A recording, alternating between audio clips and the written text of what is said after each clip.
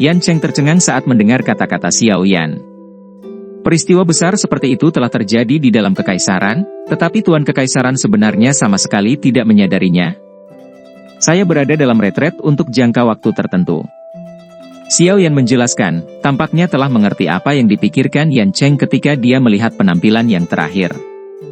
Yan Cheng baru tiba-tiba mengerti saat mendengar ini. Dia tertawa getir, tidak disangka bahwa kepala Xiao telah melakukan retret selama setahun.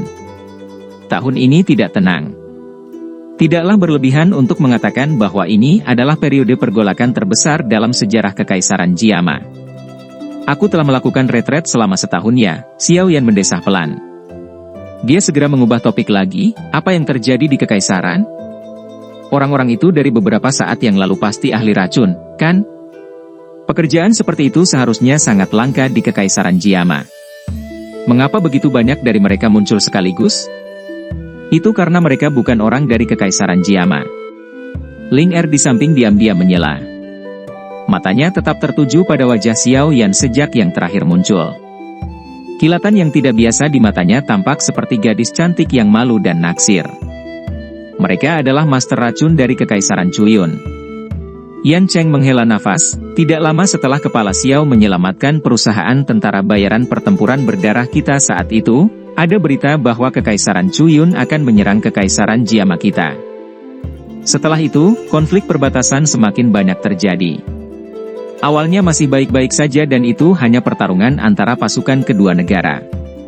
Masing-masing pihak memiliki kemenangan dan kekalahan masing-masing dengan sedikit kemajuan. Namun, setelah kebuntuan ini berlanjut selama sebulan, sejumlah besar ahli racun tiba-tiba muncul di militer Kekaisaran Chuyun. Di bawah ancaman mereka, Kekaisaran Jiama segera kehilangan cukup banyak benteng perbatasan.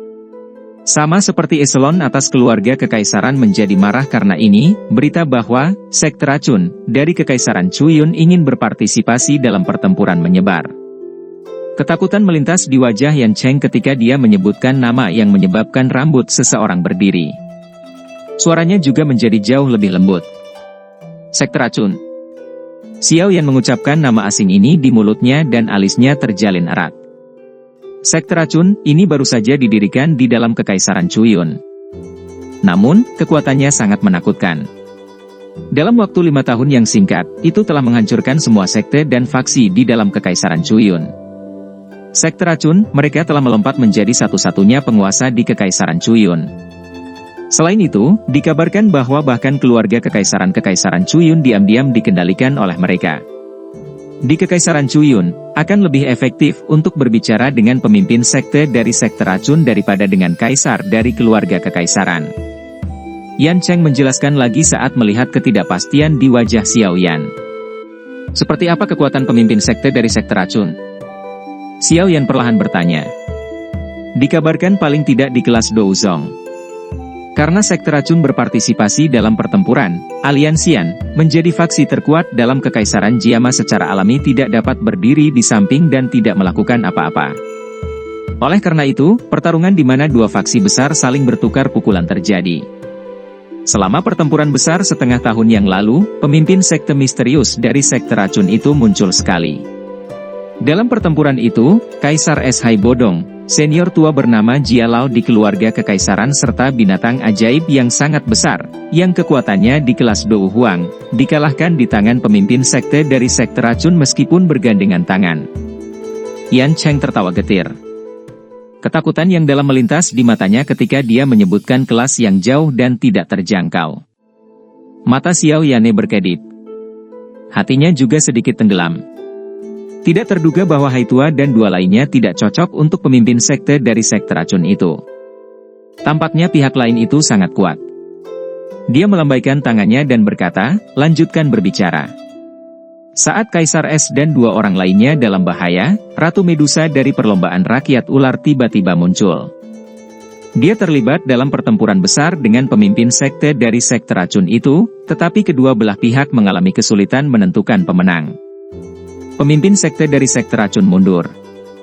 Baru setelah itu Aliansian menghindari bencana hidup dan mati. Yan Cheng memukul mulutnya. Matanya menunjukkan kerinduan akan pertempuran besar yang menggetarkan jiwa hari itu. Sesaat kemudian, dia akhirnya menghela nafas dan tertawa getir ke arah Xiao Yan. Dengan bantuan Ratu Medusa, Yan Alliance akhirnya berdiri di atas kaki mereka. Setelah membentuk aliansi dengan ras ular rakyat, mereka mulai membalas sekte racun. Ras ular orang juga ikut campur?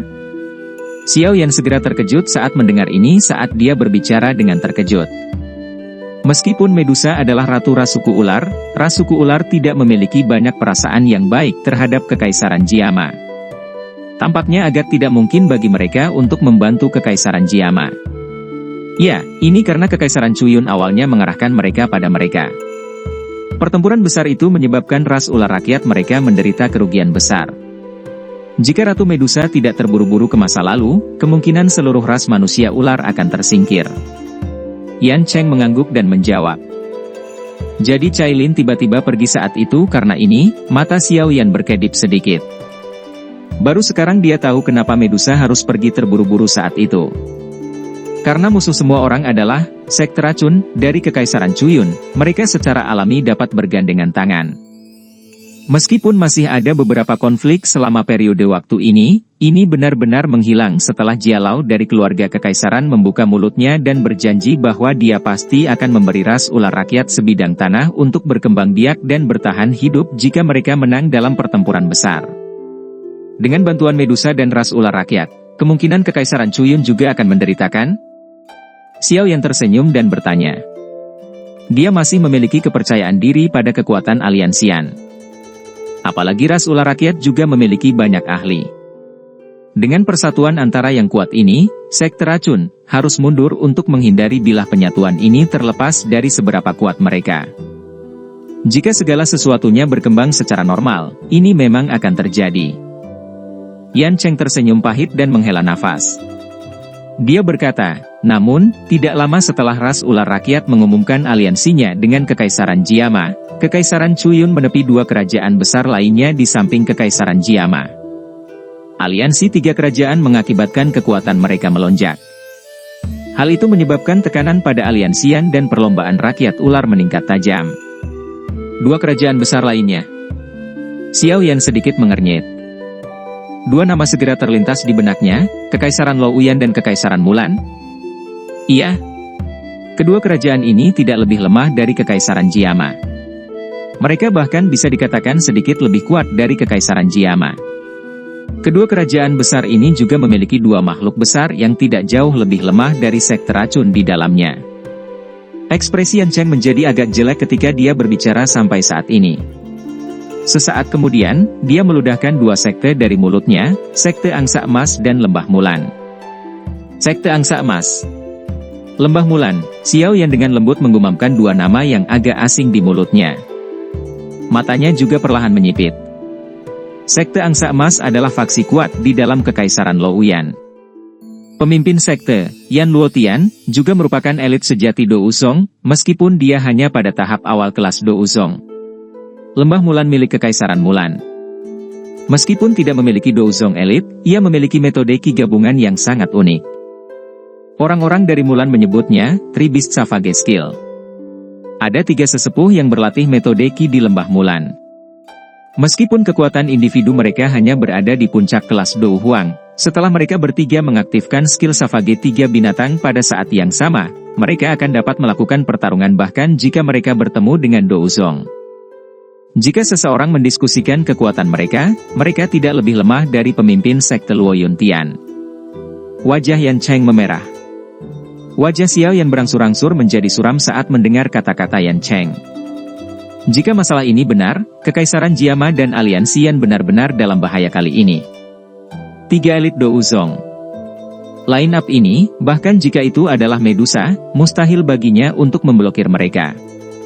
Tidak disangka bahwa selama 1 tahun yang singkat di mana dia melakukan retret, Kekaisaran Jiama akan terbalik. Awalnya, Kekaisaran Jiama pasti tidak akan mampu bertahan dalam situasi seperti itu bahkan dengan dukungan dari aliansian.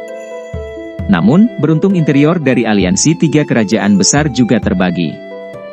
Meskipun tiga sekte besar memiliki ahli yang dapat bersaing dengan Douzong, tidak satu pun dari mereka yang bersedia menjadi pelopor dan bertukar pukulan dengan Medusa. Bagaimanapun, dengan pengecualian pemimpin sekte dari sekte racun, Yan Luotian dari sekte Angsa Emas, dan 3 sesepuh dari Lembah Mulan bukanlah tandingannya dalam pertarungan 1 lawan 1. Selain itu, mereka semua khawatir bahwa sekutu mereka akan secara diam-diam menikam mereka dari belakang jika mereka terluka parah. Makanya, mereka terus menunda soal ini. Yang mereka lakukan hanyalah mengirim ahli dari sekte mereka sebagai pelecehan. Para ahli racun yang telah kita lihat sebelumnya seharusnya adalah anggota dari sekte racun yang menyelinap masuk. Namun, yang aneh adalah begitu banyak dari mereka yang menyelinap sekaligus. Secara logis, di sekitar garis pertahanan memiliki banyak ahli dari aliansi Yan yang berpatroli. Yan Cheng merasa agak tidak pasti ketika dia berbicara sampai saat ini. Berdasarkan akal sehat, bahkan jika seseorang berhasil menyelinap sesekali, dia biasanya sendirian. Namun kali ini, Yan Cheng yang tidak memiliki jawaban tidak peduli bagaimana dia memikirkannya hanya bisa menggelengkan kepalanya dan berkata, dengan situasi saat ini, kami hanya bisa berharap bahwa aliansi Yan dan ras rakyat ular akan dapat menghentikan mereka sepenuhnya. Jika tidak, kita akan benar-benar dihadapkan pada negara yang rusak dan rumah yang hancur. Kami lahir di Jiama dan dibesarkan di Jiama. Kami tidak ingin menjadi orang yang putus asa yang harus meninggalkan tanah air mereka. Xiao Yan dengan lembut menghela nafas saat dia melihat mercenarius berjiwa rendah di sekitarnya. Dia menepuk punggung Yan Cheng dan berbisik dengan senyum cerah, "Tenang, aliansi Yan tidak akan jatuh. Siapapun yang ingin membiarkannya runtuh harus menginjak mayat saya. Saya pikir saya benar-benar kepala aliansi yang tidak bertanggung jawab yang benar-benar gagal berpartisipasi dalam acara sebesar ini." Wajah pemuda berjubah hitam itu ditutupi oleh senyum cerah. Di bawah pengaruh senyuman hangat, perasaan putus asa Yan Cheng tanpa sadar tersebar. Tak terhitung banyaknya orang di dalam kekaisaran Jiama menempatkan harapan mereka pada pemuda ini, yang mengendalikan makhluk besar seperti Yan Alliance, pada usia 20. Ini karena mereka tahu bahwa anak muda ini memiliki kemampuan untuk menciptakan keajaiban. Orang-orang dari aliansi Yan dan kami, orang-orang dari kekaisaran Jiama, telah menunggu Anda kembali. Anda sekarang adalah penyelamat semua orang di kekaisaran Jiama. Yan Cheng mengusap matanya yang agak memerah dan tertawa, "Itu benar, jika kepala suku ingin pergi ke garis depan, kamu bisa cepat ke benteng Gunung Hitam Timur. Pertarungan di sana paling intens. Sebagian besar ahli dari aliansi Yan dan ras rakyat ular ada di sana. Karena itu masalahnya, Xiao Yan tidak akan tinggal lebih lama lagi." Xiao Yan tersenyum. Tatapannya mengarah ke langit timur jauh. Dia perlahan mengangguk dan tidak mengatakan kata-kata lain saat dia menangkupkan tangannya ke arah Yan Cheng. Sayap api berwarna hijau giok perlahan menjulur dari punggungnya. Segera, tubuhnya naik ke langit di depan banyak tatapan hormat. "Semuanya, tunggu, Xiao Yan telah kembali." Tatapan Xiao Yan melihat ke langit timur yang jauh. Dia bergumam pada dirinya sendiri di dalam hatinya sebelum mengepakkan sayap apinya, berubah menjadi seberkas cahaya saat dia bergegas.